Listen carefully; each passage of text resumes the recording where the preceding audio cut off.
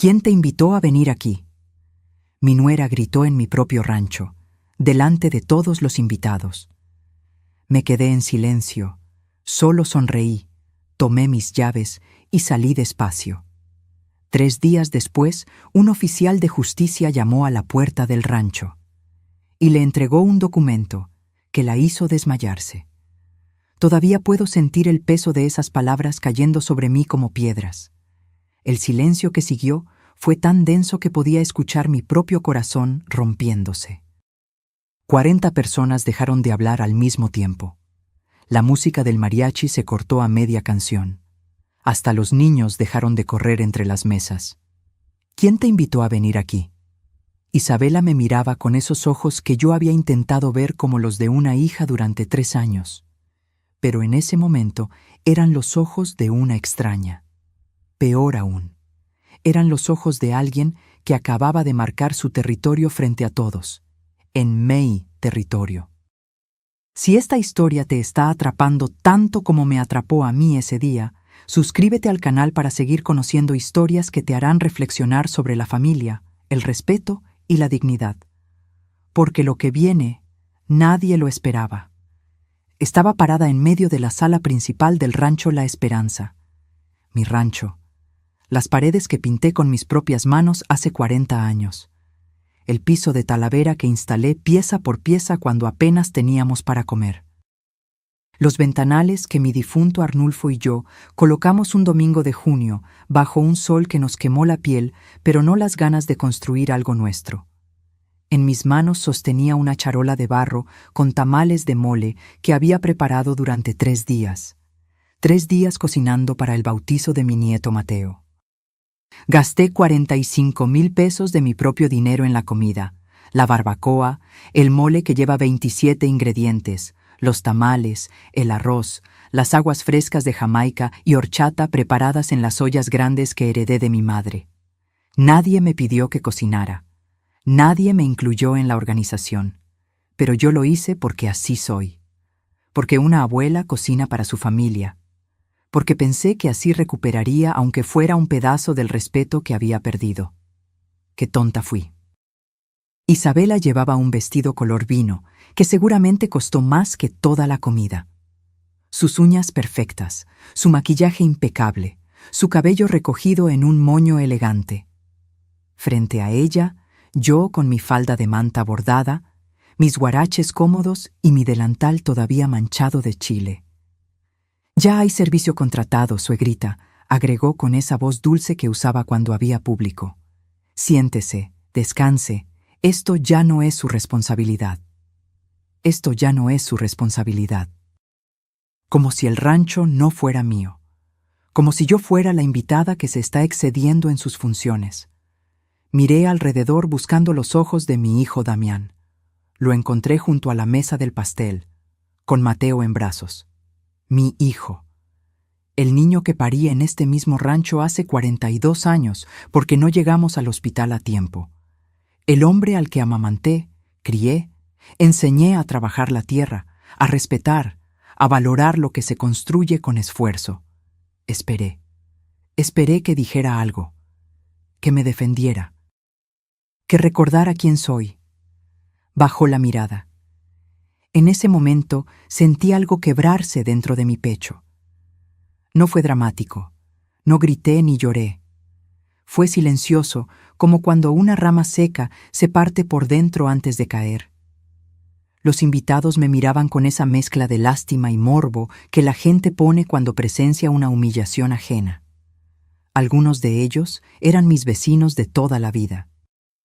Otros eran amistades de Isabela que nunca había visto, gente de la ciudad con ropa cara y copas de vino en la mano, disfrutando del rancho tan pintoresco de los Sandoval. Los Sandoval. El apellido de ella, no el mío, Aguirre, no el de mi esposo, Medina. Dejé la charola sobre la mesa más cercana. Las tazas tintinearon ligeramente. Podía sentir todas las miradas sobre mí, esperando. ¿Qué haría la vieja? ¿Lloraría? ¿Armaría un escándalo? ¿Se iría avergonzada? Hice algo que ninguno esperaba. Sonreí.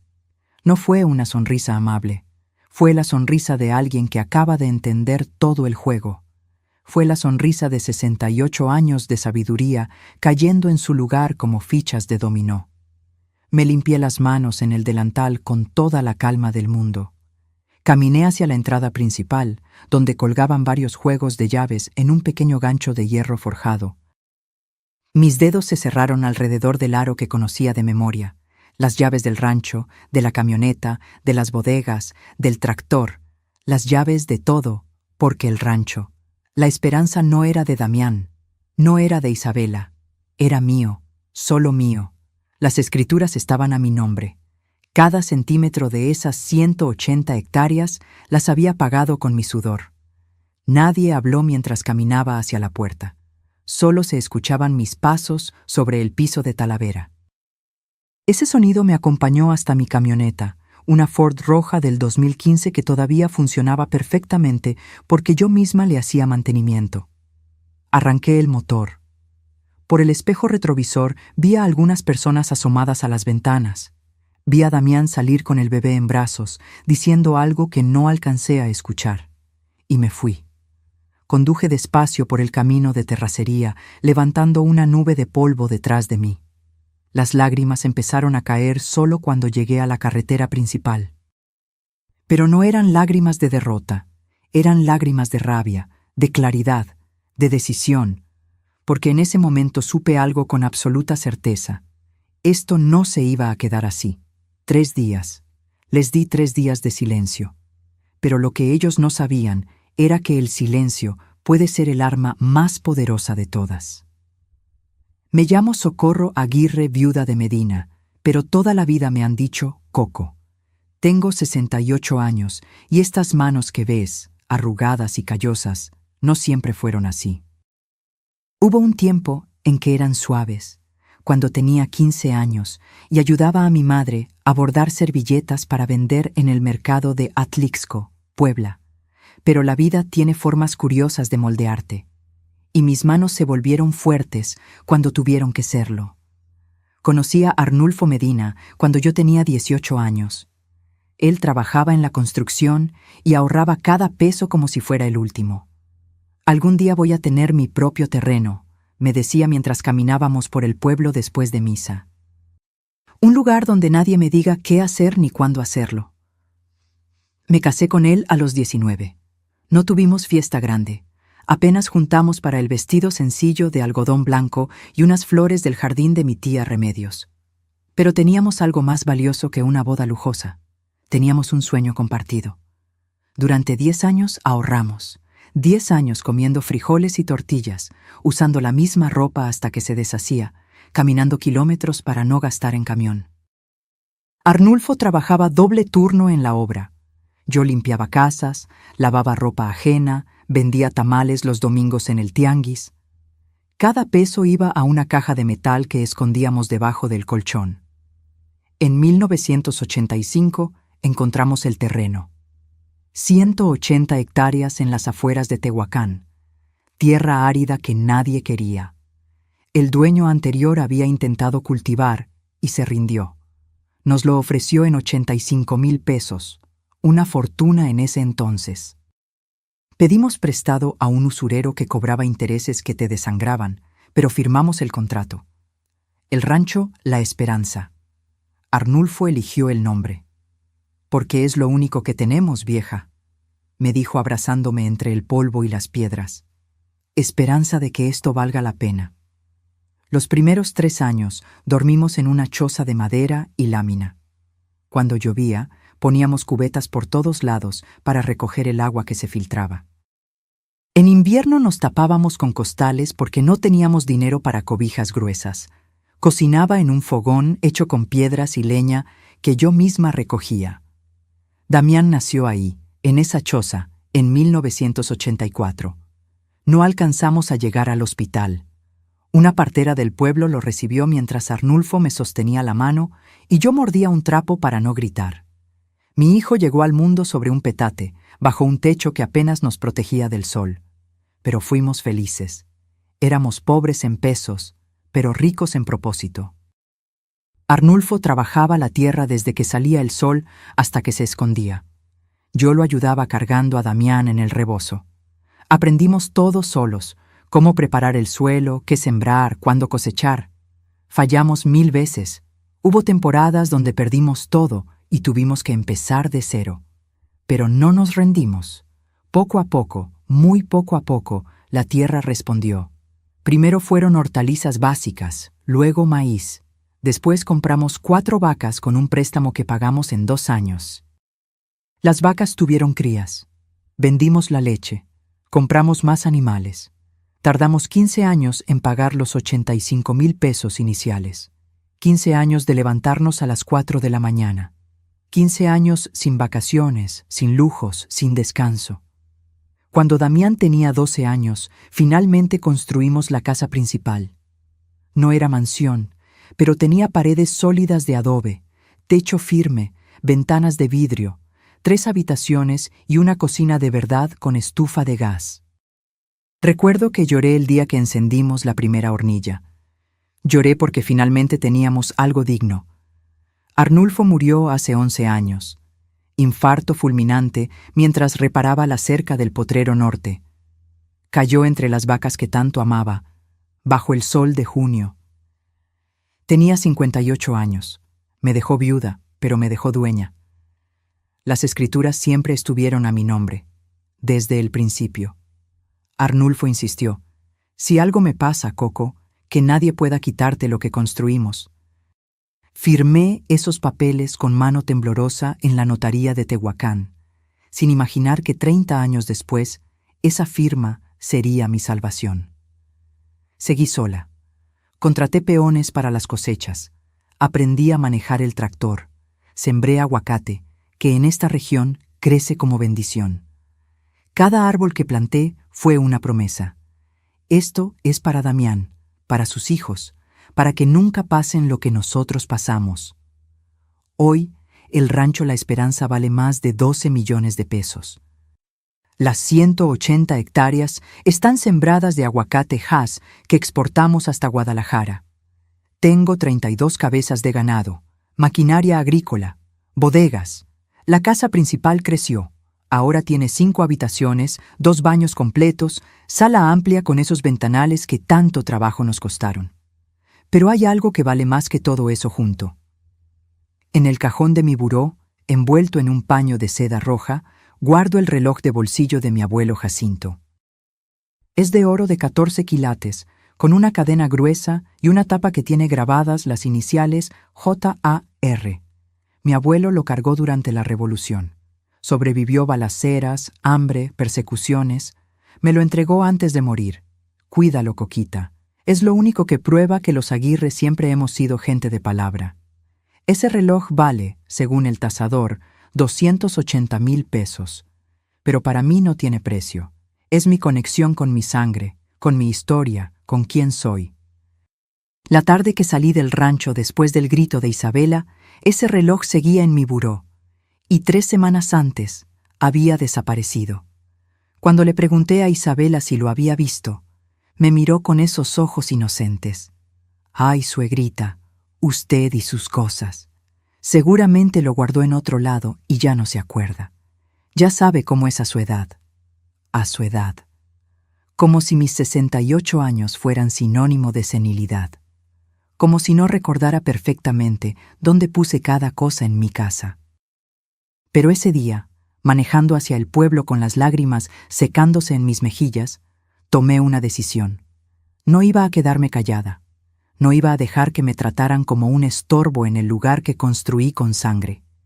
Y ese reloj iba a aparecer, aunque tuviera que mover cielo y tierra. Porque 70 años de vida me enseñaron algo fundamental. La gente solo te quita lo que tú permites que te quiten. Y yo ya no iba a permitir nada más. Hace 3 años, Damián llegó al rancho con una sonrisa que no veía en su cara desde que era niño. Tenía 39 años entonces, y yo había dejado de preguntarle cuándo me daría nietos. Había tenido novias antes, relaciones que duraban meses y se desvanecían como el rocío bajo el sol.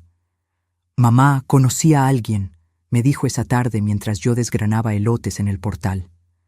Alguien especial. Se llamaba Isabela Sandoval. 28 años. Trabajaba en una boutique de ropa cara en Puebla. Damián la conoció cuando fue a la ciudad a vender un lote de aguacates a un distribuidor. Ella atendía en la tienda de al lado y, según mi hijo, fue amor a primera vista.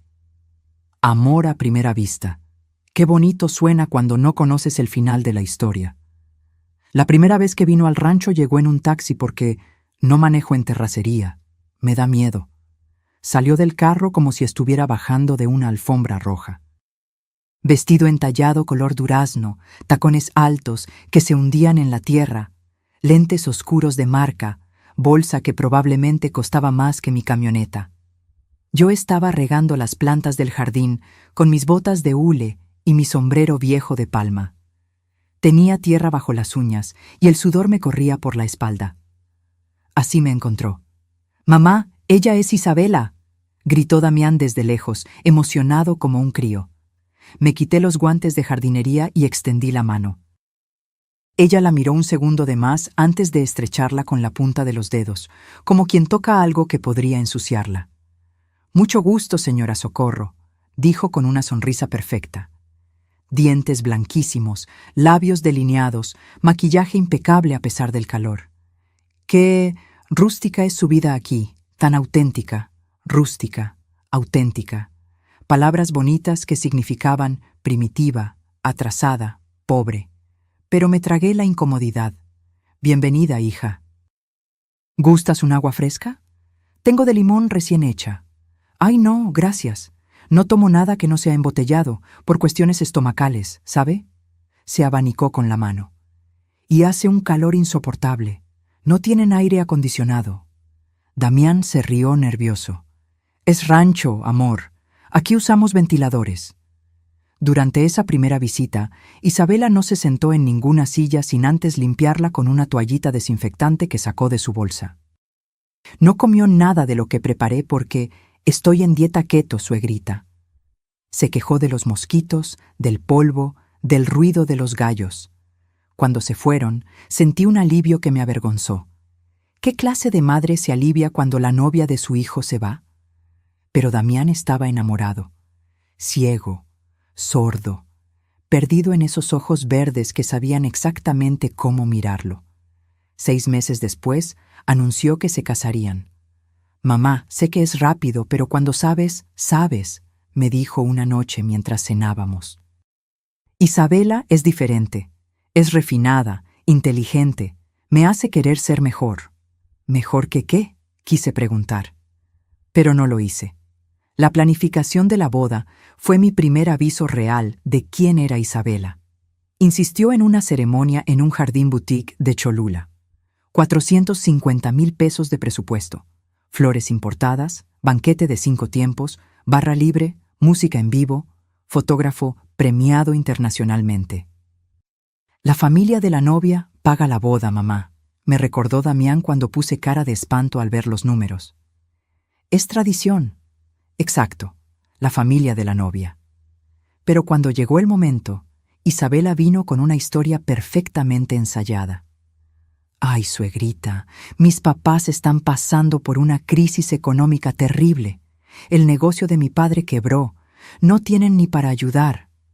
Lloró, lágrimas reales rodando por sus mejillas de porcelana.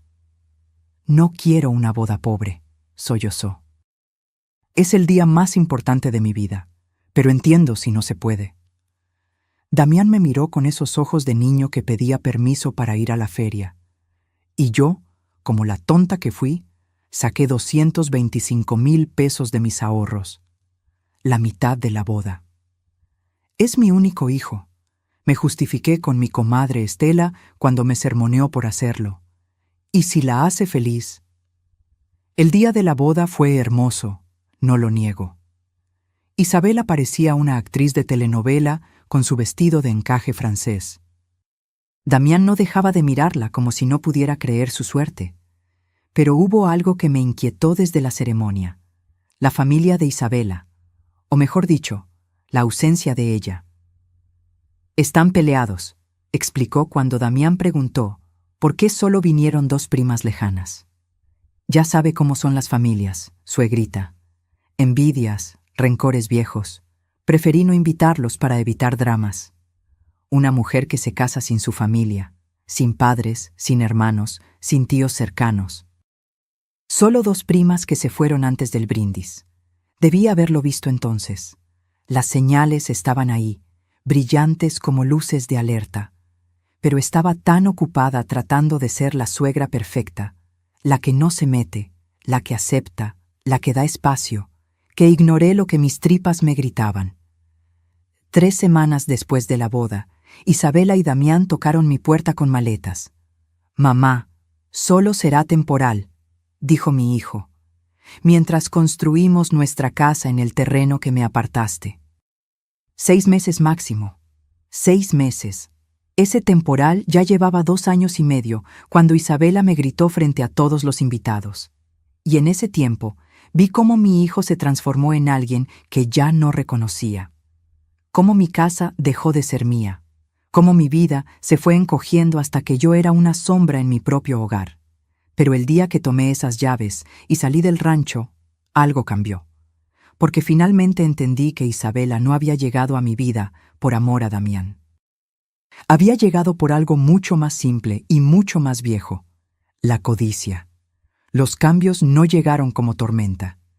Llegaron como la niebla, despacio, silenciosa, hasta que un día no puedes ver lo que tienes enfrente. Las primeras semanas después de que se mudaron fueron casi normales. Damián seguía levantándose temprano conmigo. Desayunábamos juntos en la cocina mientras planeábamos el trabajo del día. Él revisaba el riego de los aguacates. Yo supervisaba a los peones que reparaban cercas. Pero Isabela no madrugaba. Aparecía cerca del mediodía, con su bata de seda y su cara recién lavada, quejándose de que el canto del gallo a las 5 de la mañana es una tortura medieval. «Amor, son gallos, así funcionan», le decía Damián, todavía con paciencia. «Pues regálalos, o mátalos. No sé, haz algo», respondía ella sirviéndose café en una taza que trajo de su casa porque las mías eran demasiado corrientes. Un mes después, los gallos desaparecieron. Damián los vendió sin decirme. Yo había criado a esos animales desde pollitos. El gallo grande, al que llamábamos Pancho, tenía 5 años. Me despertaba cada mañana como un reloj fiel. «Mamá, ya no los necesitábamos», fue toda la explicación que me dio mi hijo. «Isabela tiene sueño ligero». Sueño ligero. En un rancho. Dejé pasar esa, y la siguiente, y la siguiente. Isabela comenzó a cambiar cosas para ayudar. Reorganizó mi cocina porque no tiene lógica tener los platos ahí. Tiró mis especias secas porque ya están vencidas, aunque sabía perfectamente que yo las renovaba cada temporada. Compró ollas nuevas de acero inoxidable, más higiénicas que las de barro que usaba desde hace 30 años. Mi casa comenzó a transformarse en algo que no reconocía. Cojines de colores que no podía ensuciar. Cortinas blancas que debía quitarme las botas antes de pasar cerca. Un tapete persa en la sala que costó 42,000 pesos y que me daba miedo pisar. «Es que quiero que esto se vea más presentable, suegrita», explicaba Isabela, «por si vienen visitas importantes». ¿Visitas importantes? En 30 años, las únicas visitas que recibíamos eran vecinos del pueblo y compradores de aguacate. Damián empezó a llegar tarde al trabajo en el campo. Primero 15 minutos, luego 1 hora. Después ya no llegaba hasta el mediodía. «Isabela necesita que la acompañe al doctor», me decía. O «tiene cita en el salón de belleza y no quiere ir sola». «Yo vamos a ver muebles para nuestra futura casa», la casa que nunca empezaron a construir. Lo vi adelgazar de preocupaciones que antes no tenía. Isabela quería cosas, siempre quería cosas. Un coche nuevo porque la camioneta huele a campo. Ropa porque no puedo usar lo mismo 2 veces en sus eventos. Joyas porque todas sus amigas tienen. ¿Cuáles amigas? ¿Cuáles eventos? Mi hijo comenzó a desaparecer frente a mis ojos. El hombre que reía arreglando tractores ahora fruncía el ceño viendo su celular. El que antes me contaba todo ahora contestaba en monosílabos. y cuando intentaba hablar con él a solas, Isabela aparecía. Siempre. ¿De qué hablan?, preguntaba con esa sonrisa. No me excluyan, somos familia. Familia. Esa palabra que usaba como llave para abrir todas las puertas y como cadena para cerrar las que le convenía. Empecé a escuchar susurros. Los sorprendía en su habitación, hablando en voz baja. Cuando yo pasaba, se callaban.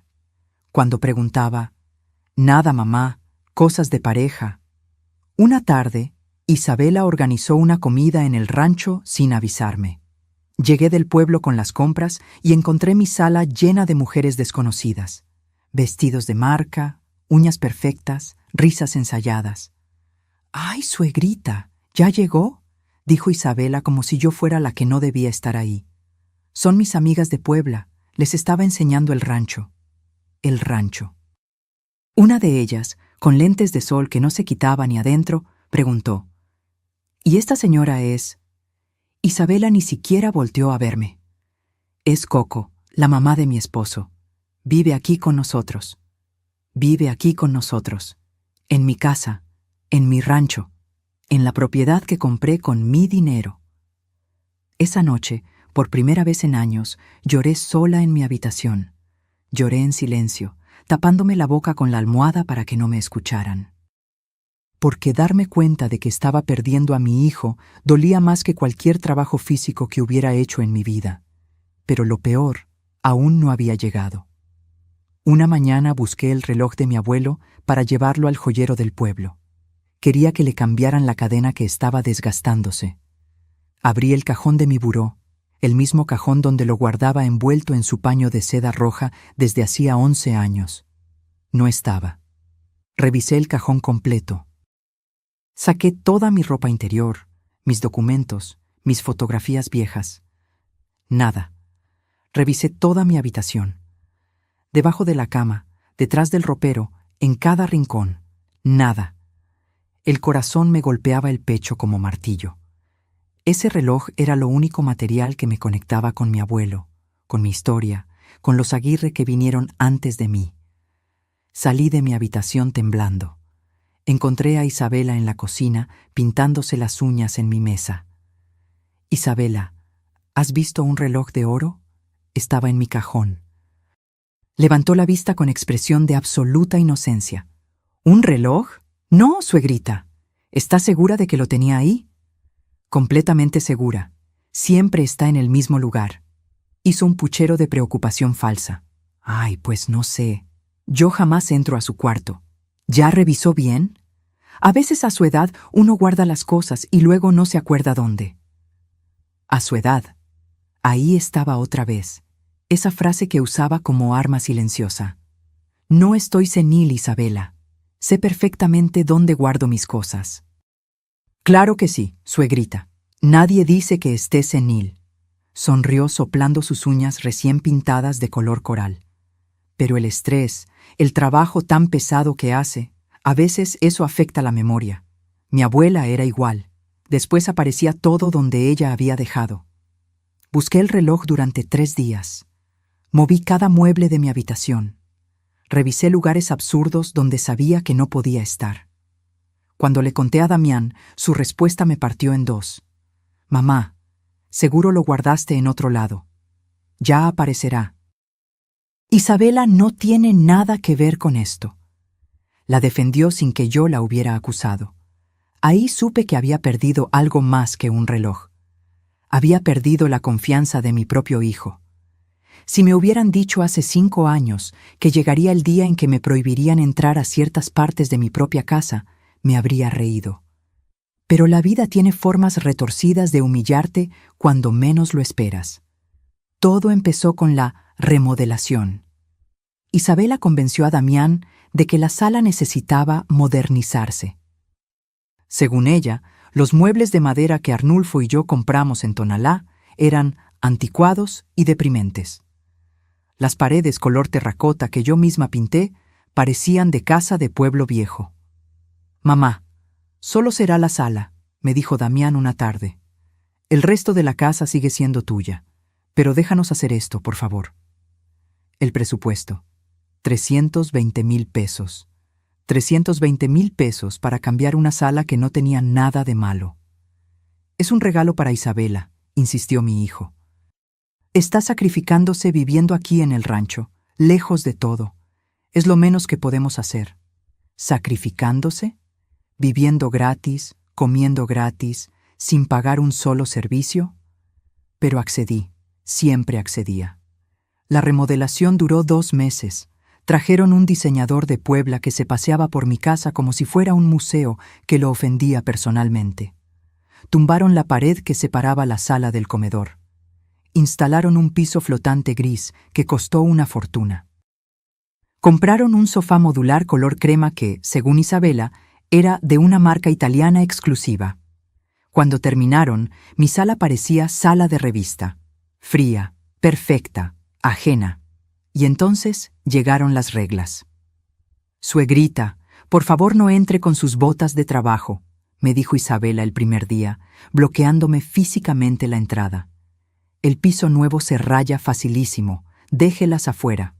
Mis botas, las que uso para trabajar mi tierra, en mi casa». «Claro», respondí quitándomelas. Entré en calcetines. Me senté en una esquina del sofá nuevo, con cuidado de no tocarlo demasiado. «Ay, y tampoco con ropa sucia del campo, ¿sí?», agregó señalando mi pantalón de mezclilla manchado de tierra. «Es que la tela del sofá se mancha con nada». Así fue como dejé de entrar a mi propia sala. Pero eso fue solo el principio. Isabela contrató a una muchacha del pueblo para ayudar con la limpieza. Se llamaba Lupita, tenía 19 años y necesitaba el dinero para estudiar. Le pagaban 3,500 pesos a la semana. ¿Quién pagaba? Yo. Porque sale de los gastos de la casa, mamá, me explicó Damián. Los gastos de mi casa, con mi dinero. Un día llegué temprano del pueblo y escuché a Isabela dándole instrucciones a Lupita. La señora Socorro es muy obstinada. Hay que tratarla con paciencia, como a los abuelitos, ¿me entiendes? Si insiste en hacer cosas pesadas, me avisas. A su edad no debería estar cargando cubetas ni nada de eso. Lupita me miró con esa mezcla de lástima y ternura que se le tiene a los viejos indefensos. Yo tenía 68 años, no 88. Seguía cargando bultos de 20 kilos de fertilizante. Seguía subiendo escaleras. Seguía trabajando de sol a sol. Pero Isabela había plantado la semilla. Coco está vieja. Coco ya no puede. Coco necesita que la cuiden. Las cenas se volvieron campos minados. Una noche, Isabela invitó a una pareja de la ciudad. Él era arquitecto, ella decoradora de interiores. Gente importante, según mi nuera. Puse la mesa como toda la vida. Platos de cerámica de Oaxaca, vasos sencillos, cubiertos comunes. Preparé pollo en mole verde con arroz blanco, mi especialidad. Cuando nos sentamos, noté que Isabela me miraba con una sonrisa tensa. «Suegrita», me dijo con esa voz de maestra regañando a un niño. «El tenedor de ensalada va del lado izquierdo, junto al plato. Y la cuchara sopera del lado derecho, junto al cuchillo». Los invitados bajaron la mirada a sus platos. Damián se aclaró la garganta incómodo. Yo había puesto los cubiertos como los ponía desde hace 50 años. Nadie se había quejado nunca. «Ay, perdón», murmuré sintiendo el calor subirme al rostro. «No se preocupe», continuó Isabela con falsa dulzura. «Es que cuando uno no está acostumbrado a ciertas formalidades... Pero nunca es tarde para aprender, ¿verdad?», me corrigió. Frente a extraños, en mi propia mesa. Damián comió en silencio, sin defenderme. Las humillaciones se hicieron más frecuentes, más sutiles, más venenosas. Isabela comenzó a organizar eventos en el rancho sin consultarme. Un día llegaba y había una sesión de yoga en mi jardín con 10 mujeres desconocidas. Otro día, una reunión de networking en el portal con 20 personas bebiendo vino caro y comiendo quesos que yo no había comprado. «¿No te avisó Damián?», preguntaba con inocencia cuando yo protestaba. «¡Ay, qué mal! Es que con tanto que hacer se le olvidan las cosas al pobre». El pobre. Mi hijo de 42 años convertido en el pobre que necesitaba que su esposa lo disculpara. El día más doloroso fue un viernes de octubre. Llegué de revisar el ganado al norte del rancho. Había caminado 4 horas bajo el sol, supervisando cercas, contando cabezas, verificando que los bebederos tuvieran agua. Tenía las botas llenas de lodo, el sombrero empapado de sudor, la camisa pegada a la espalda. Cuando llegué a la casa, había carros estacionados por todas partes, música suave saliendo de las bocinas que Isabela había puesto en el portal, risas femeninas, brindis. Entré por la puerta trasera, directo a la cocina. Necesitaba agua. Había 6 mujeres sentadas en mi comedor. Copas de vino blanco, platos con canapés elegantes, vestidos de lino y conversaciones sobre spas y viajes a la playa. Una de ellas, pelirroja con aretes de perla, me vio entrar. Arrugó la nariz ligeramente. «¿Y esta señora es?», preguntó en voz alta. El silencio cayó como piedra. Isabela volteó desde su lugar en la cabecera de mi mesa. Me miró de arriba a abajo, mis botas sucias, mi ropa empapada, mi cara roja por el sol, y sonrió. «Ah, es Coco, la mamá de mi esposo», respondió con ese tono que usas para presentar a alguien irrelevante. «Vive aquí con nosotros. Vive aquí con nosotros». Otra vez esa frase. Como veneno cayendo gota a gota.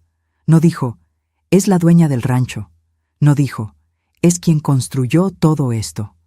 No dijo, «Esta es su casa». Dijo, «Vive aquí con nosotros». Como si fuera la abuela que Caridad recogieron, la que habita un rincón de la casa de sus hijos porque no tiene a dónde más ir. Las mujeres me miraron con esa expresión, esa que todas conocemos, lástima mezclada con incomodidad. La señora mayor que interrumpe las reuniones elegantes con su presencia que no encaja. Tomé mi vaso de agua sin decir nada. Atravesé la cocina con la espalda recta, aunque cada paso me dolía no en el cuerpo, sino en el alma. Llegué a mi habitación, cerré la puerta, y por segunda vez en mi vida adulta lloré como una niña. Lloré porque me había vuelto invisible en mi propia casa. Lloré porque mi hijo no me defendía. Lloré porque estaba perdiendo todo, mi espacio, mi dignidad, mi voz. Pero más que nada, lloré porque tenía miedo. Miedo de terminar mis días como la abuela estorbosa que vive de la caridad de sus hijos. La que se calla para no causar problemas. La que acepta migajas de respeto en la casa que construyó con sus propias manos. Esa noche, acostada en mi cama, tomé una decisión. No iba a llorar más. Iba a actuar. Hay descubrimientos que te cambian la vida en un segundo. Un diagnóstico médico, un accidente, una traición. El mío llegó un martes por la tarde, escondido entre papeles sobre un escritorio que ya no reconocía como mío. Damián e Isabela habían ido a Puebla a resolver unos asuntos. Yo aproveché para limpiar la casa en paz, sin miradas que me juzgaran por cómo doblaba las toallas o acomodaba los platos. Entré a la habitación que había sido de Damián desde niño. Ahora era su oficina, llena de archiveros metálicos y un escritorio de cristal que costó 23,000 pesos. Iba a pasar solo el trapo, pero una carpeta manila sobre el escritorio me llamó la atención. Estaba abierta, como si alguien la hubiera estado revisando y salió con prisa. No soy de revisar cosas ajenas. Arnulfo me enseñó que la confianza es el pegamento de las familias, pero algo en mi estómago se retorció. Un presentimiento. Una alarma que llevaba meses sonando bajito y que finalmente decidí escuchar. Abrí la carpeta. El primer documento era una cotización de una inmobiliaria de Tehuacán.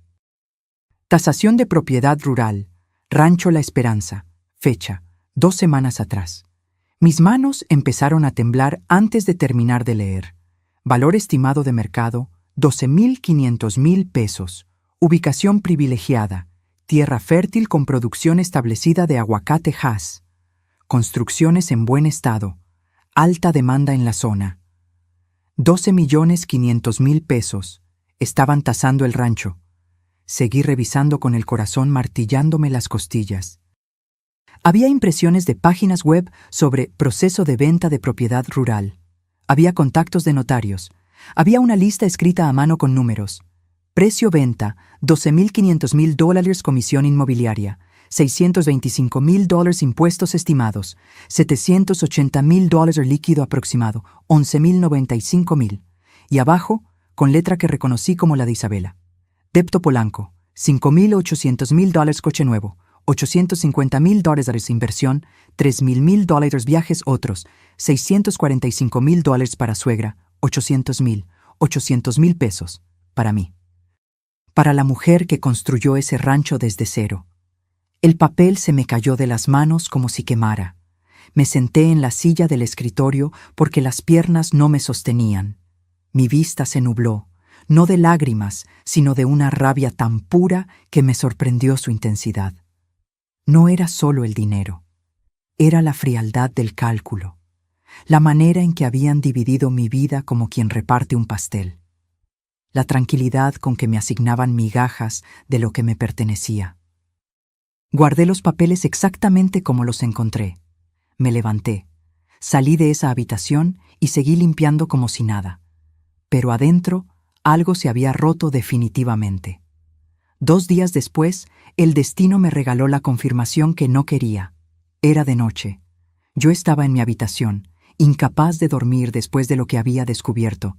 Escuché voces viniendo de la sala, Isabela y Damián hablando. Me levanté en silencio.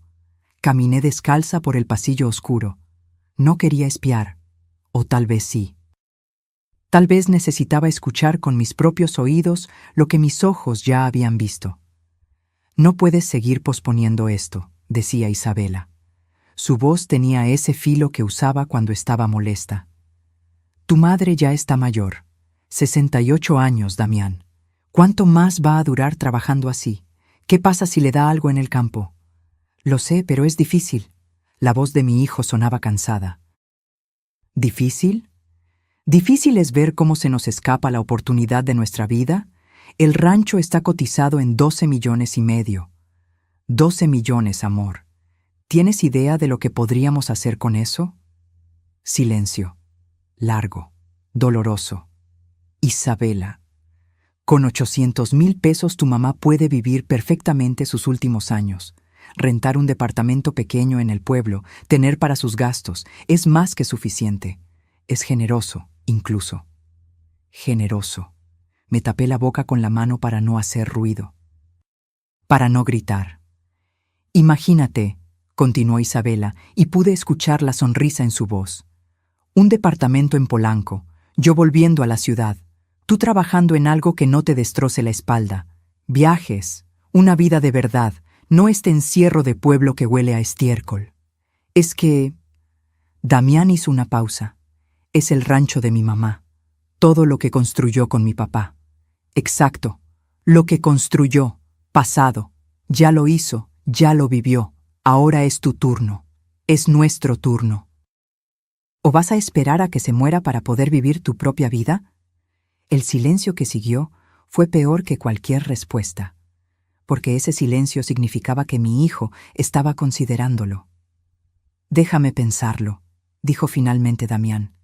Es que no sé cómo planteárselo. Fácil. Le dices que es para proteger la propiedad, que si algo le pasa, el rancho podría meterse en problemas legales, que es mejor que esté a tu nombre. Muchos hijos lo hacen, es normal. ¿Y si se niega?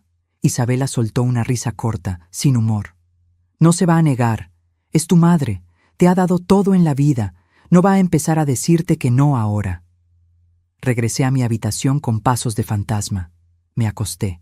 Miré el techo oscuro hasta que amaneció.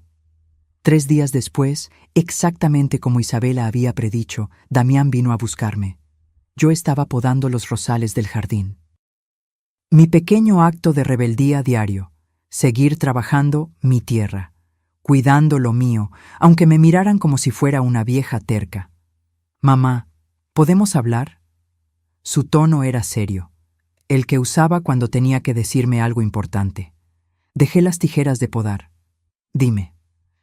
He estado pensando. Se pasó la mano por el cabello, nervioso. Ya tienes 68 años, trabajas demasiado. Yo me preocupo por ti. Ahí venía. Quiero proponerte algo, para protegerte, para proteger el rancho. Lo dejé hablar, no lo interrumpí. Escuché cada palabra de su discurso ensayado, que me transfiriera la propiedad a él, que legalmente sería más seguro, que si algo me pasaba, podría haber problemas con trámites, con impuestos, con herederos que de pronto aparecieran reclamando cosas, que él era mi único hijo, mi heredero natural, que solo se adelantaría el proceso. Así tú te quitas ese peso de encima, mamá. Ya no tienes que preocuparte por papeles, por administración. Te dedicas a descansar, a disfrutar. Terminó de hablar. Me miró esperando mi respuesta. Yo me quité los guantes de jardinería despacio, los doblé con cuidado, lo miré a los ojos. No. Damián parpadeó. ¿Qué? Que no. No voy a transferirte el rancho. Pero mamá, es para tu bien, es mío, Damián. Mi voz salió más firme de lo que había sonado en meses. Lo compré yo, lo pagué yo, sudé cada peso que vale, y mientras tenga vida seguirá siendo mío. Vi algo cruzar por su rostro.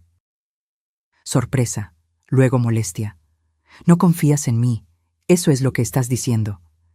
Estoy diciendo que no voy a regalar lo que me costó 60 años construir. No es regalar, soy tu hijo. Precisamente por eso duele tanto que me lo pidas. Se quedó callado. Nos miramos en silencio, como dos extraños que alguna vez fueron madre e hijo. Isabela me dijo que dirías que no, murmuró finalmente.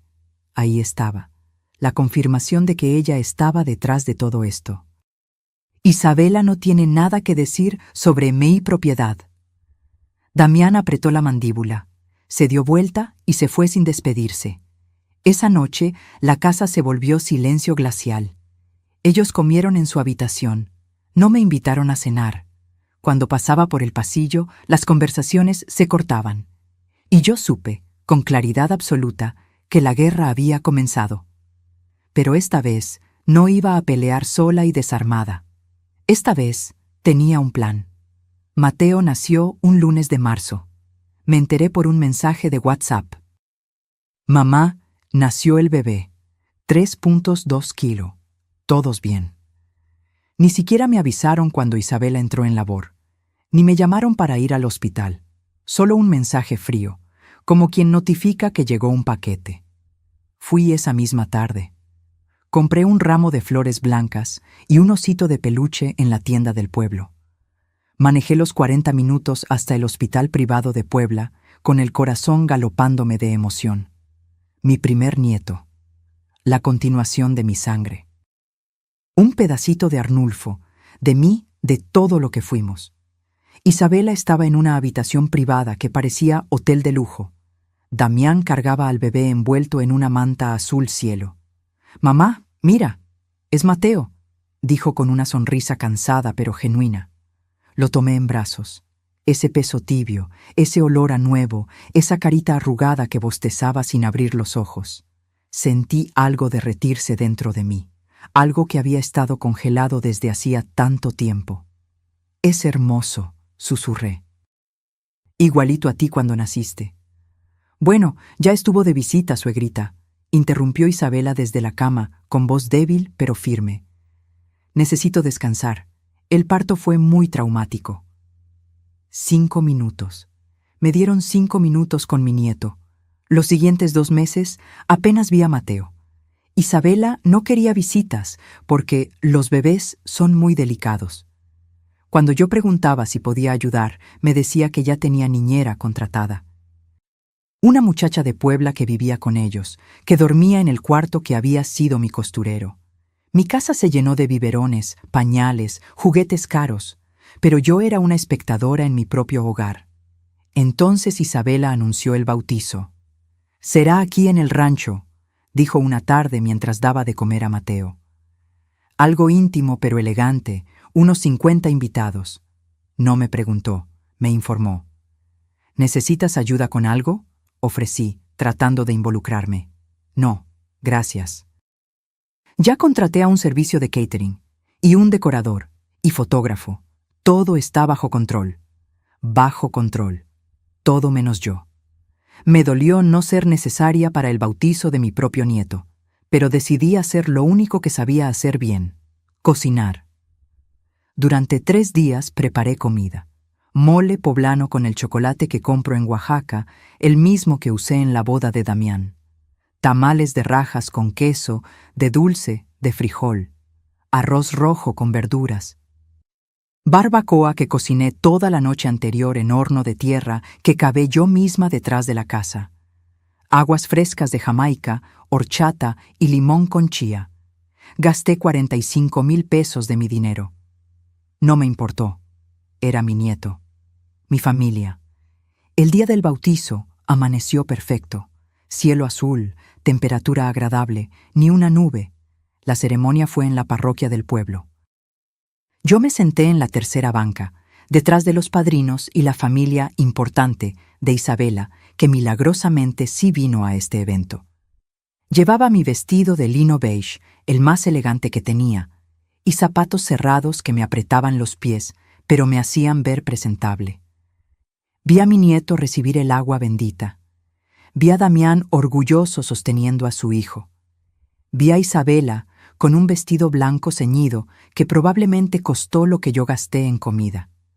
Y luego volvimos al rancho para la fiesta. Cuando llegué, no reconocí mi propia casa. Habían puesto carpas blancas en el jardín, mesas con manteles de lino, arreglos florales enormes, una mesa de postres con torre de cupcakes, bocinas profesionales con música de jazz, meseros con chaleco negro sirviendo copas de champán. Mi comida estaba arrumbada en la cocina. Las charolas tapadas con papel aluminio, ignoradas. El catering había traído canapés franceses, brochetas de camarón, sushi, quesos importados. Nadie tocó mis tamales. Nadie probó mi mole. Me quedé parada en el umbral de mi cocina viendo mi trabajo de 3 días despreciado como sobras. «Ay, suegrita, no tenía que molestarse», dijo Isabela pasando a mi lado con Mateo en brazos. Le dije que ya tenía todo cubierto. Cubierto. Como si mis 3 días cocinando fueran un estorbo. Salí al jardín. Había gente por todas partes, invitados elegantes con copas de cristal. Niños corriendo entre las mesas, risas, música, celebración. En mi rancho. Pero yo era invisible. Intenté cargar a Mateo. «Cuidado, suegra. Tiene su ropón de bautizo. Es muy delicado. Costó 9,000 pesos. Intenté sentarme en una mesa. Estaban reservadas para los invitados especiales. Intenté ayudar sirviendo bebidas. Ya hay servicio para eso, señora». Me convertí en un fantasma en mi propia fiesta. Entonces decidí hacer lo último que me quedaba: traer la comida que preparé. Al menos los vecinos del pueblo, gente humilde que conocía de toda la vida, apreciarían un buen mole. Entré a la cocina. Tomé la charola más grande con tamales. Pesaba, pero la cargué con cuidado. Salí hacia la sala para llevarla al jardín. La sala estaba llena, 40 personas, tal vez más, todos de pie con sus copas, riendo, brindando. Crucé el umbral con mi charola, e Isabela me vio. Se hizo un silencio, no inmediato. Primero fue su voz cortando el aire como navaja. «¿Quién te invitó a venir aquí?» El mundo se detuvo. La música siguió sonando, pero ya no la escuché. Las conversaciones murieron. Todos los ojos cayeron sobre mí. Yo, parada en medio de mi sala, con una charola de comida que preparé con amor, en mi casa, en mi rancho. «Ya hay servicio contratado, suegrita». Su voz ahora era dulce, pero sus ojos eran piedra. «Siéntese, descanse. Esto ya no es su responsabilidad». Esto ya no es su responsabilidad, como si fuera una empleada vieja que se está excediendo. Como si no fuera la dueña de cada ladrillo, cada árbol, cada centímetro de tierra donde pisaban. Busqué a Damián. Estaba junto a la ventana, con Mateo dormido en brazos. Nuestros ojos se encontraron, y él bajó la mirada. En ese momento, algo dentro de mí no se rompió, se endureció, como el barro que se convierte en cerámica bajo el fuego. Dejé la charola sobre la mesa más cercana. Las tazas tintinearon. Sonreí. Fue la sonrisa más tranquila que he puesto en mi vida. La sonrisa de alguien que acaba de tomar una decisión irrevocable. Caminé hacia la entrada. Tomé del gancho mis llaves, las de la camioneta, las del rancho, las de todo, y salí, despacio, con la espalda recta, con cada gramo de dignidad que me quedaba. Los escuché murmurar a mis espaldas. Sentí sus miradas clavadas como alfileres, pero seguí caminando. Subí a mi camioneta. Arranqué. Salí por el camino de terracería levantando polvo. Y mientras manejaba con lágrimas silenciosas rodando por mi cara, supe que acababa de vivir mi última humillación. Porque lo que venía no sería silencio ni sumisión, sería justicia.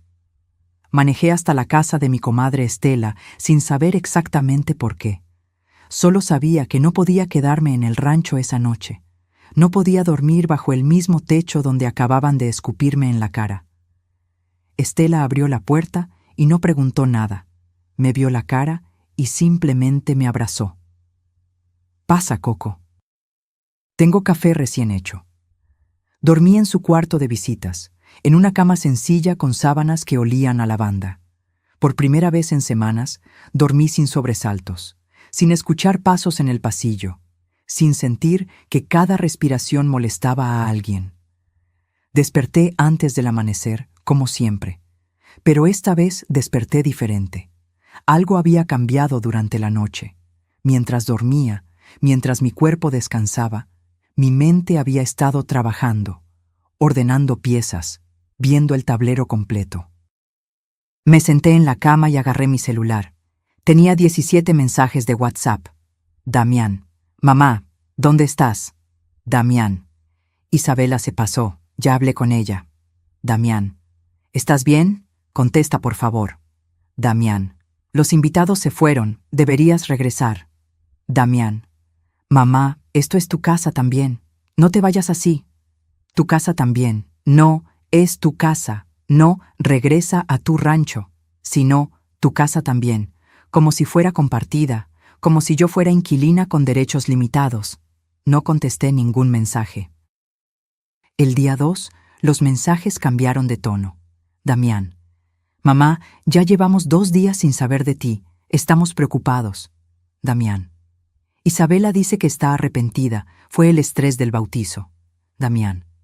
Voy a ir a buscarte al pueblo. Le respondí solo una línea. Estoy bien. Necesito pensar. Día 3. El tono de Damián se volvió desesperado. Damián. Esto ya es demasiado. Ven a casa. Podemos hablar. Damián. Mamá, contesta. Me tienes preocupado. Pero yo ya no estaba preocupada por tranquilizarlos. Estaba ocupada. Esa mañana, mientras Estela preparaba chilaquiles, hice una llamada. ¿Licenciado Ramiro Fuentes? El mismo. ¿Quién habla? Socorro Aguirre, la del rancho La Esperanza. Hubo una pausa. Doña Coco, qué gusto escucharla. ¿En qué puedo ayudarle? Ramiro Fuentes había sido el abogado de confianza de Arnulfo y mío durante 30 años. Un hombre de 63 años, serio, meticuloso, que nunca prometía lo que no podía cumplir. Nos ayudó con las escrituras del rancho, con los testamentos, con cada trámite legal que necesitamos. Ramiro, necesito que revises algo con urgencia. Y necesito discreción total. Tiene toda mi discreción, doña Coco, siempre. 2 horas después estaba en su oficina de Tehuacán, un lugar pequeño pero ordenado, lleno de libros de leyes y archiveros viejos. Le conté todo, sin adornos. Sin victimizarme, solo los hechos, los mensajes que escuché, los documentos que encontré, la tasación del rancho, el plan de venta, los 800,000 pesos que me querían dar. Ramiro escuchó en silencio, tomando notas en una libreta amarilla. Cuando terminé, se quitó los lentes y los limpió con un pañuelo. Lo hacía cuando estaba procesando algo serio. ¿Las escrituras siguen a su nombre únicamente?, preguntó. Sí, nunca las cambié. ¿Damián tiene algún poder notarial sobre la propiedad? No, nada. ¿Firmó algún documento últimamente que no haya leído completo? No, me negué cuando me pidieron la transferencia. Ramiro asintió despacio, luego sonrió, una sonrisa pequeña pero significativa. Entonces, doña Coco, todavía tiene todas las cartas en la mano. Ellos no tienen ninguna. Pasamos 3 horas revisando documentos. Ramiro sacó las escrituras originales de su archivo. Las estudiamos línea por línea. El rancho está 100% a su nombre, confirmó. Sin copropiedad, sin gravámenes, sin nada. Es suyo y de nadie más. ¿Y ellos pueden sacarme? ¿Sacarla? Doña Coco, es al revés. Ellos están viviendo en su propiedad por autorización verbal suya. En términos legales, eso se llama comodato precario. Usted puede revocarlo cuando quiera. Sentí un escalofrío recorrerme la espalda. No de miedo, de poder. Quiere decir que puede pedirles que desalojen, legalmente. Con documentos oficiales, y si se niegan, un juez los puede obligar. El silencio llenó la oficina. Ramiro me miraba con esa expresión que tienen los abogados cuando saben que tienen un caso sólido. Pero hay algo más, continué. Le conté del reloj de mi abuelo. La desaparición. Las insinuaciones de Isabela sobre mi memoria. Eso es más delicado, dijo Ramiro escribiendo. Necesitaríamos pruebas de que ella lo tiene. Tengo fotos del reloj. Tengo el certificado de autenticidad que me dio el joyero cuando lo tasaron hace 5 años. Y tengo testigos que saben que yo lo guardaba siempre en el mismo lugar. Perfecto. Voy a contratar a alguien. ¿A quién? A una investigadora privada. Se llama Patricia Montes. Es discreta, eficiente y encuentra cosas que otros no ven. Si su nuera empeñó o vendió ese reloj, Patricia lo va a descubrir. El costo, 18,000 pesos por una semana de investigación. No lo pensé 2 veces. Adelante. Salí de esa oficina siendo otra mujer. No la Socorro humillada del bautizo. No la abuela invisible que aguantaba en silencio. Era la Coco de 25 años que firmó un préstamo peligroso para comprar tierra árida. La que trabajó bajo el sol hasta sangrar las manos. La que construyó un imperio de la nada. Esa Coco había vuelto. Los siguientes 3 días fueron de silencio estratégico. Damián seguía mandando mensajes. Yo contestaba lo mínimo. Estoy bien. Necesito tiempo. No voy a regresar todavía. Mientras tanto, Patricia Montes trabajaba y Ramiro preparaba documentos. La tarde del día 3, Patricia me llamó. Doña Socorro, encontré algo. Necesito que venga a mi oficina. Fui inmediatamente. Patricia era una mujer de 40 y tantos años, cabello corto, ojos inteligentes que no perdían detalle. Me mostró fotos en su computadora. Isabela entrando a una casa de empeño en Puebla. Fecha: 3 semanas antes de que yo notara la desaparición del reloj. Isabela saliendo con un sobre amarillo, el tipo de sobre donde dan el dinero en efectivo. Y lo mejor, el comprobante. Patricia había convencido al dueño de la casa de empeño, con una propina de 3,000 pesos, de que le mostrara el registro. Ahí estaba. Reloj de oro de bolsillo con cadena. Grabado, J.A.R., empeñado por 85,000 pesos a nombre de Isabela Sandoval de Aguirre. Mi reloj, mi historia, mi sangre.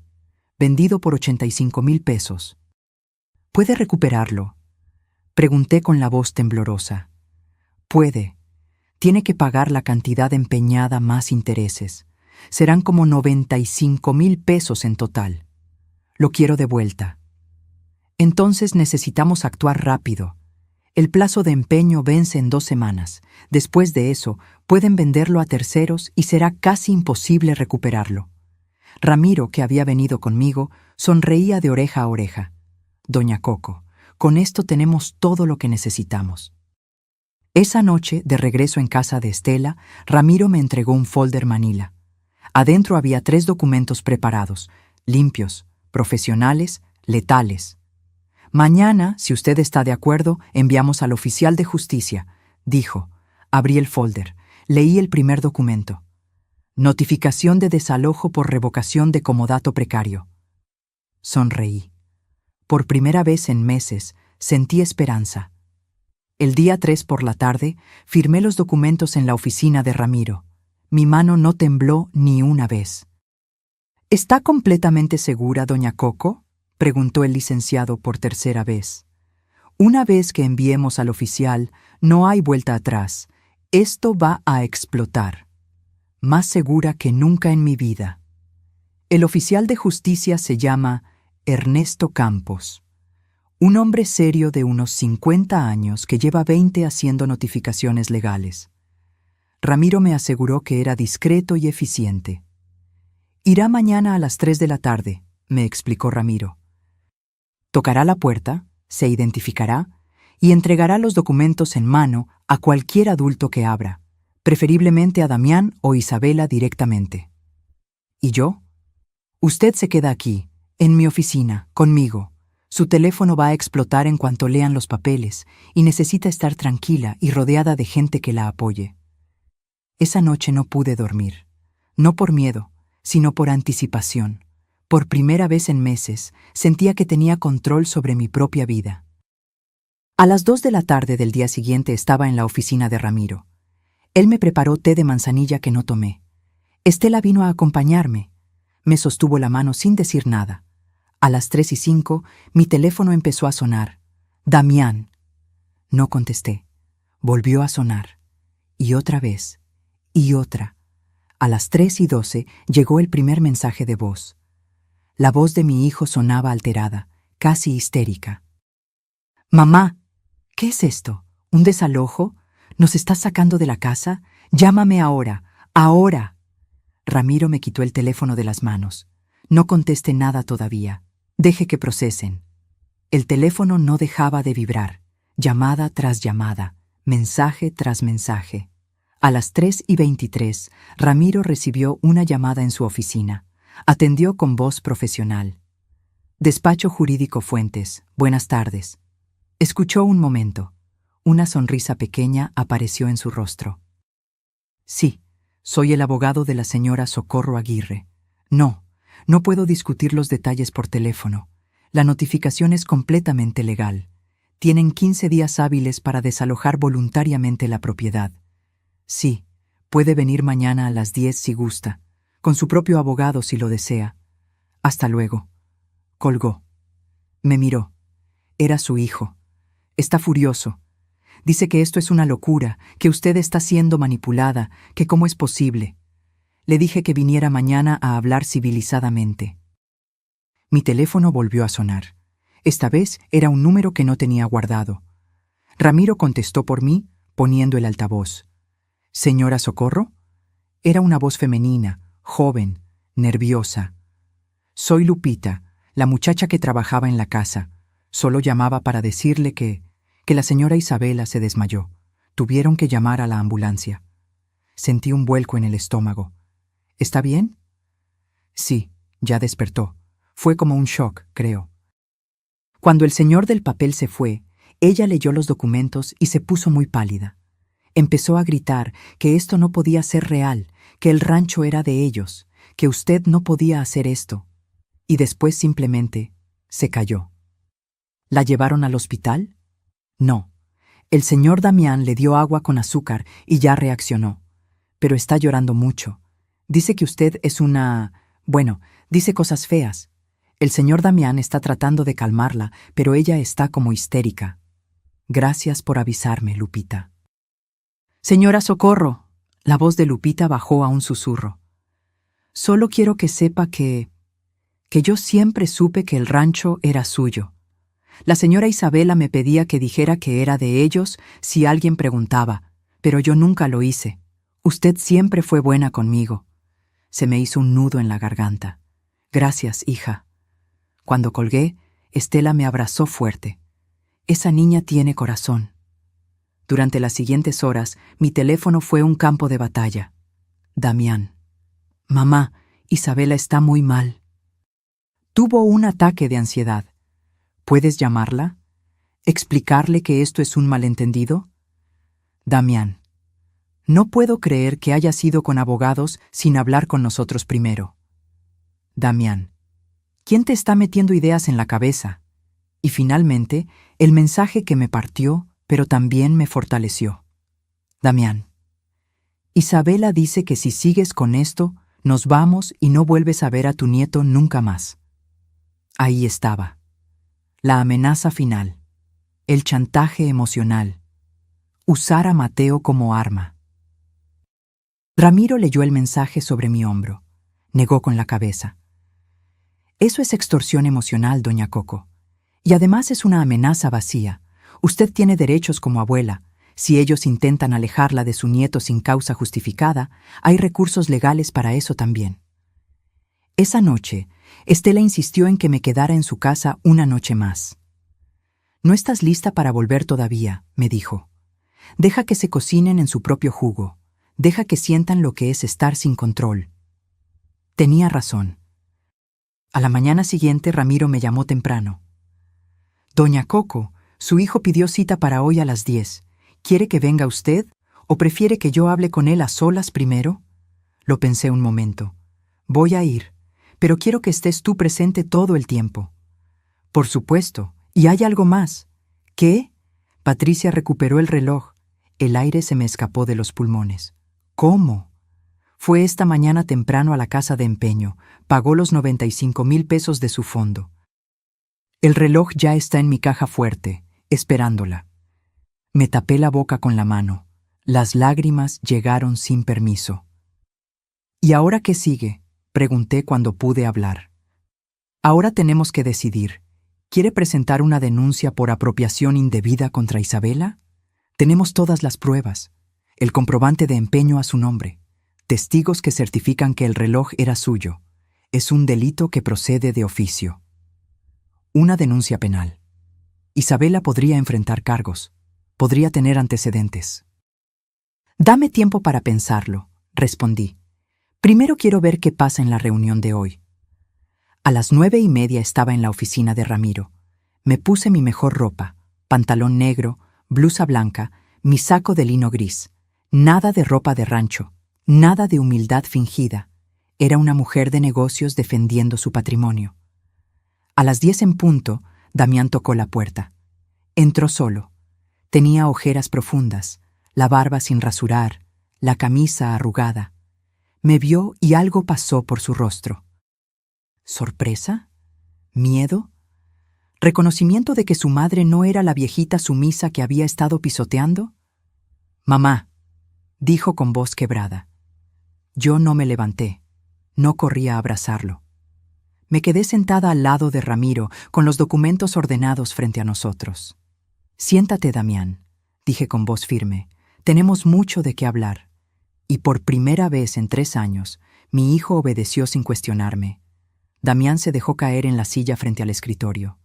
Se veía más viejo de lo que recordaba. Las líneas alrededor de sus ojos se habían profundizado. Las canas en sus sienes brillaban bajo la luz fluorescente. «Mamá, esto es una locura», empezó. «No puedes sacarnos así. Somos tu familia». Ramiro se aclaró la garganta. «Señor Aguirre, antes de continuar, quiero aclarar que esta reunión es una cortesía. Legalmente, su madre no tiene obligación de justificar su decisión. La propiedad es suya, registrada únicamente a su nombre.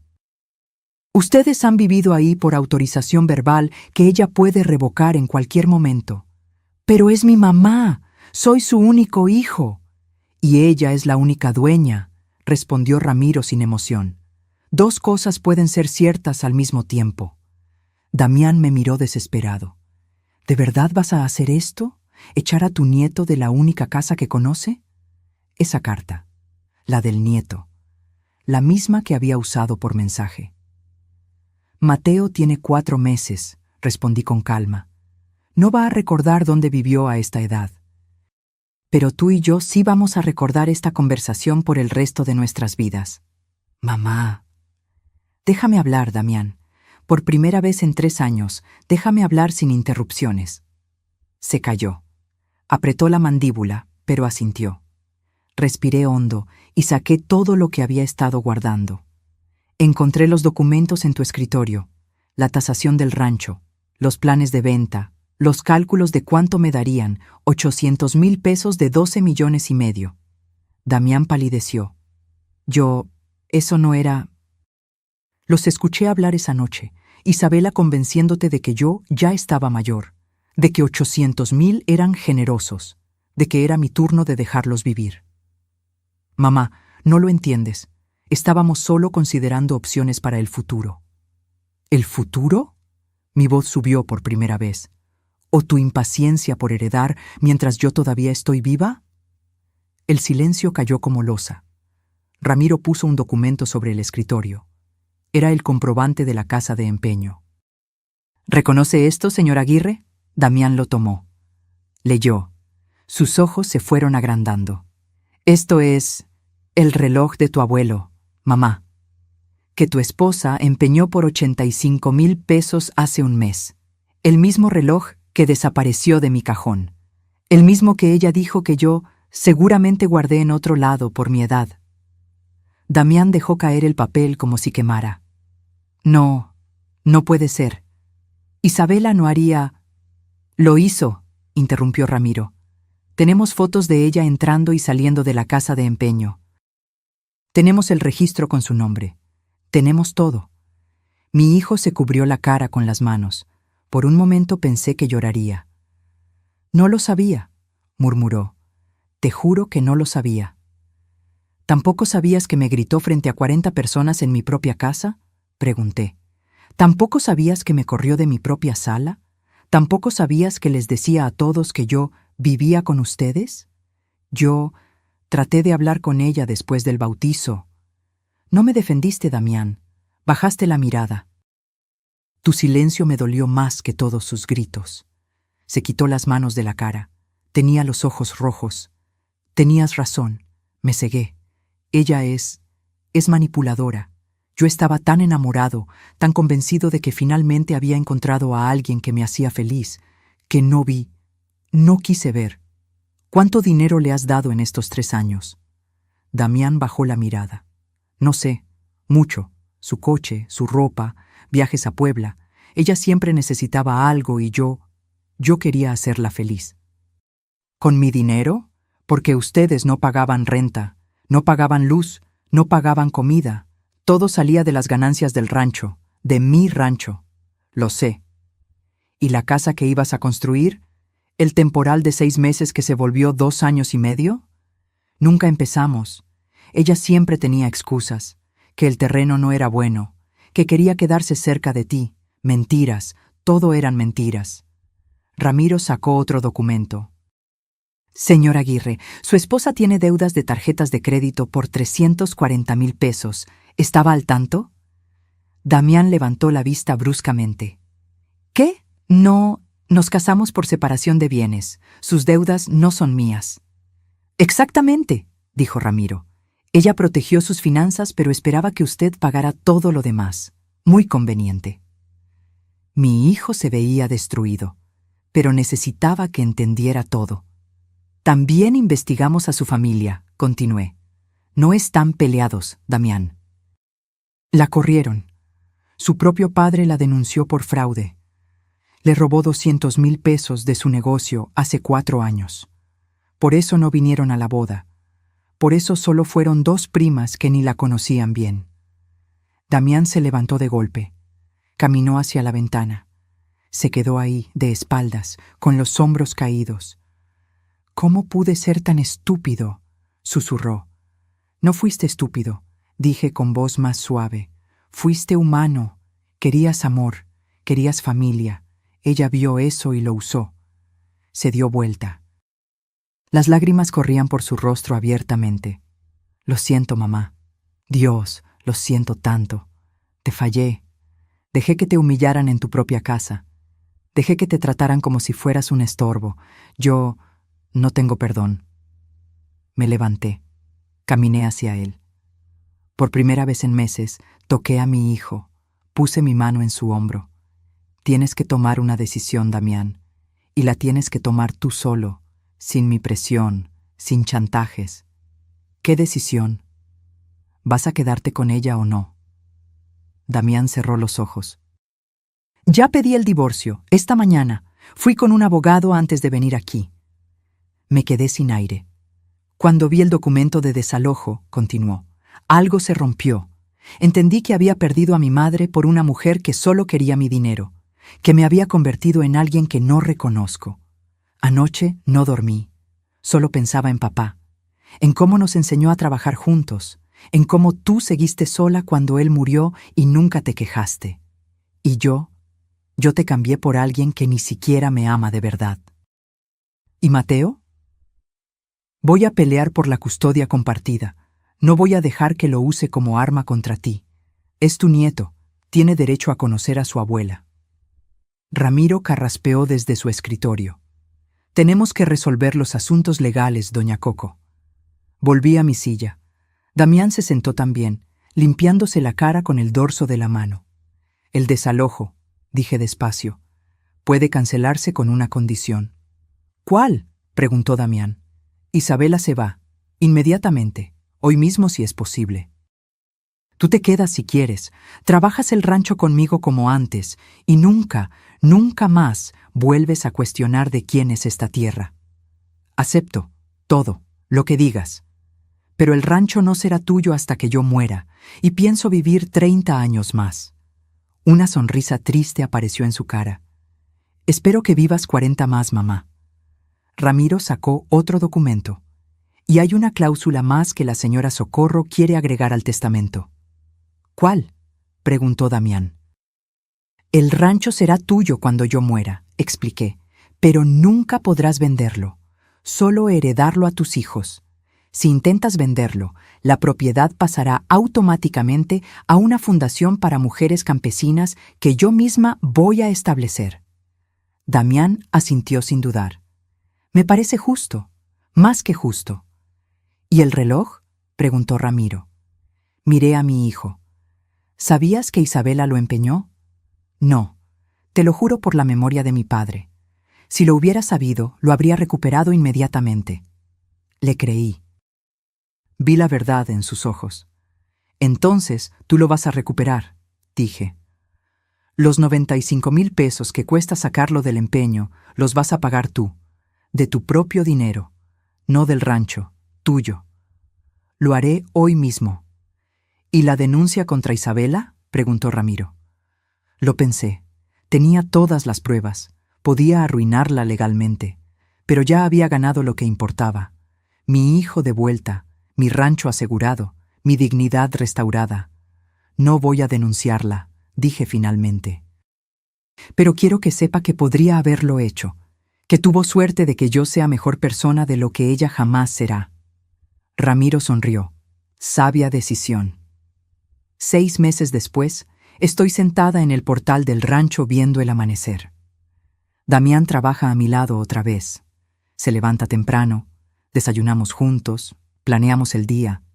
Es como antes, pero mejor, porque ahora él entiende el valor de lo que tenemos. Isabela se fue ese mismo día. Armó un escándalo, gritó amenazas, prometió venganzas que nunca llegaron. El divorcio se finalizó en 4 meses. Damián tiene custodia compartida de Mateo. Cada 15 días, mi nieto viene al rancho. Lo cargo, le canto, le cuento historias de su abuelo Arnulfo.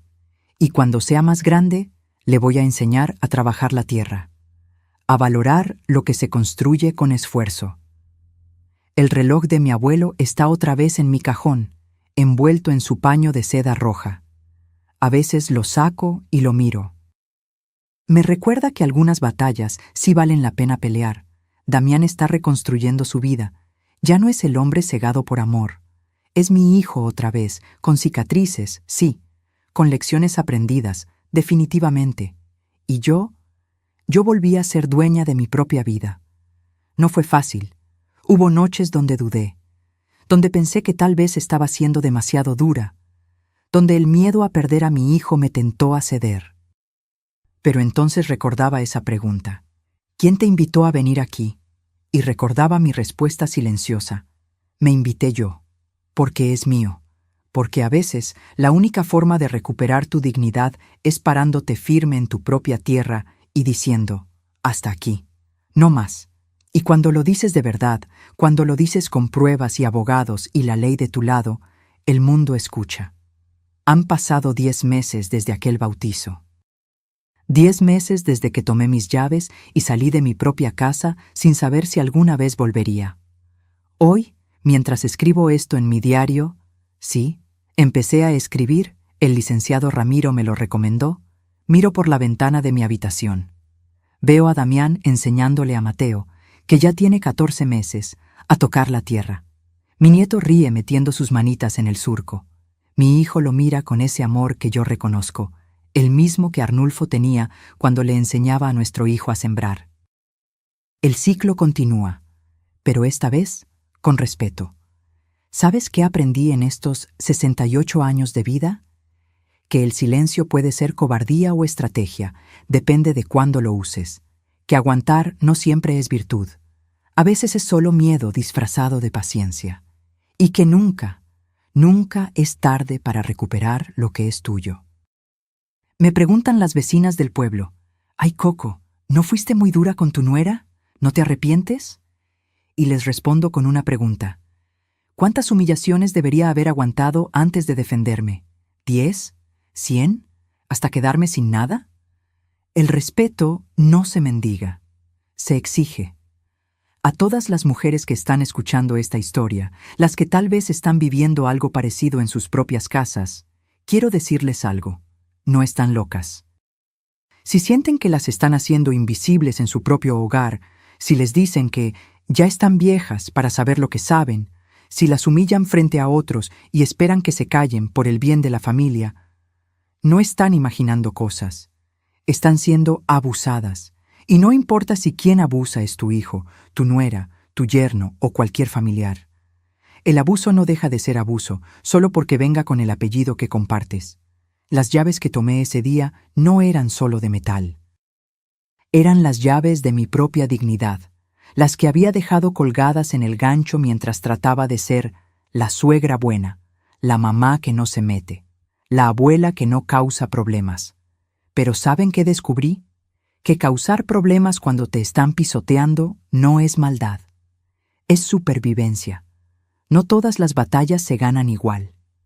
Yo tuve la suerte de tener escrituras a mi nombre, de haber construido algo propio, de tener los recursos para contratar abogados. Sé que no todas tienen eso, pero todas tienen algo, su voz, su verdad, su negativa a seguir siendo invisibles. Algunas veces la justicia llega de formas pequeñas. Poner un límite, decir no sin dar explicaciones, exigir respeto en tu propia mesa. Otras veces, como en mi caso, llega con documentos legales y desalojos. Cada mujer tiene que encontrar su propia forma de pelear. Pero pelear, eso sí, hay que pelear, porque nadie va a valorar lo que tú misma no valores. Nadie va a respetar lo que tú misma no defiendas. Ayer, Damián me pidió perdón otra vez. Ya ha pedido perdón muchas veces, pero ayer fue diferente. «Mamá», me dijo mientras cenábamos, «quiero que Mateo crezca viendo a su abuela fuerte, no a una mujer que se deja. Quiero que aprenda de ti lo que yo olvidé, que el amor no se demuestra con sumisión, sino con dignidad». Me acordé de mi abuelo Jacinto, del reloj que ahora está otra vez a salvo en mi cajón. Me acordé de Arnulfo, que insistió en poner el rancho a mi nombre porque sabía que las mujeres necesitamos protección legal, no solo promesas. Y entendí que esta historia no es solo mía. Es de todas las mujeres que construyeron imperios con sus manos callosas, las que levantaron familias, negocios, hogares, las que dieron todo y un día se encontraron siendo tratadas como estorbos en lo que ellas mismas crearon. Esta historia es para ustedes. Para que sepan que no importa la edad que tengan, si está a tu nombre, es tuyo. Si lo construiste tú, es tuyo. Si lo pagaste con tu sudor, es tuyo. Y nadie tiene derecho a quitártelo. Mientras termino de escribir esto, escucho a Mateo gritar de alegría en el jardín. Damián le está enseñando a los gallos nuevos que compramos. Sí, volví a tener gallos, porque en May Rancho habrá gallos si yo quiero. Tomo el reloj de mi abuelo, lo abro. Sigue marcando el tiempo con esa precisión que sobrevivió revoluciones, pobreza, traiciones, y pienso, esto es lo que voy a heredar. No solo tierra o dinero, sino la lección de que algunas cosas no se negocian, que la dignidad no se vende, que las mujeres que nos antecedieron pelearon demasiado para que nosotras ahora regalemos todo por miedo a quedarnos solas. Porque ¿saben qué? Prefiero estar sola y en paz que acompañada y humillada. Y si alguien vuelve a preguntarme, ¿quién te invitó a venir aquí? En mi propia casa, mi propia tierra, mi propio espacio. Ya sé la respuesta. Me invité yo. Porque puedo. Porque es mío. Porque me lo gané. Ahora quiero saber de ustedes. ¿Desde dónde están escuchando esta historia? ¿México? ¿Estados Unidos? ¿Otro país? Escríbanme en los comentarios de dónde son y cuénteme. ¿Alguna vez han tenido que defender algo que era suyo? ¿Han sentido que las hacen invisibles en su propia vida? Compartan sus historias, porque cada vez que una mujer cuenta su verdad, le da permiso a otra para encontrar la suya. Si esta historia les tocó el corazón, regálenme un like. Si conocen a alguien que necesite escucharla, una mamá, una abuela, una amiga que está pasando por algo similar, compartan este video. Porque estas historias no son solo para entretener, son para recordarnos quiénes somos cuando olvidamos nuestro propio valor. Y si aún no están suscritos al canal, los invito a que lo hagan. Aquí seguiremos compartiendo historias de mujeres que se levantaron, que pusieron límites, que recuperaron su dignidad. Porque todos necesitamos recordar, de vez en cuando, que nunca es tarde para tomar nuestras llaves y caminar con la frente en alto. Recuerden, las llaves más importantes que tienen no abren puertas, abren posibilidades, abren futuros, abren la jaula donde ustedes mismas se encerraron por amor, por miedo, por costumbre. Tómenlas, úsenlas y nunca, nunca las vuelvan a soltar, porque ustedes, al igual que yo, al igual que todas nosotras, se invitaron a sí mismas a esta vida. Y nadie tiene derecho a pedirles que se vayan. Fin.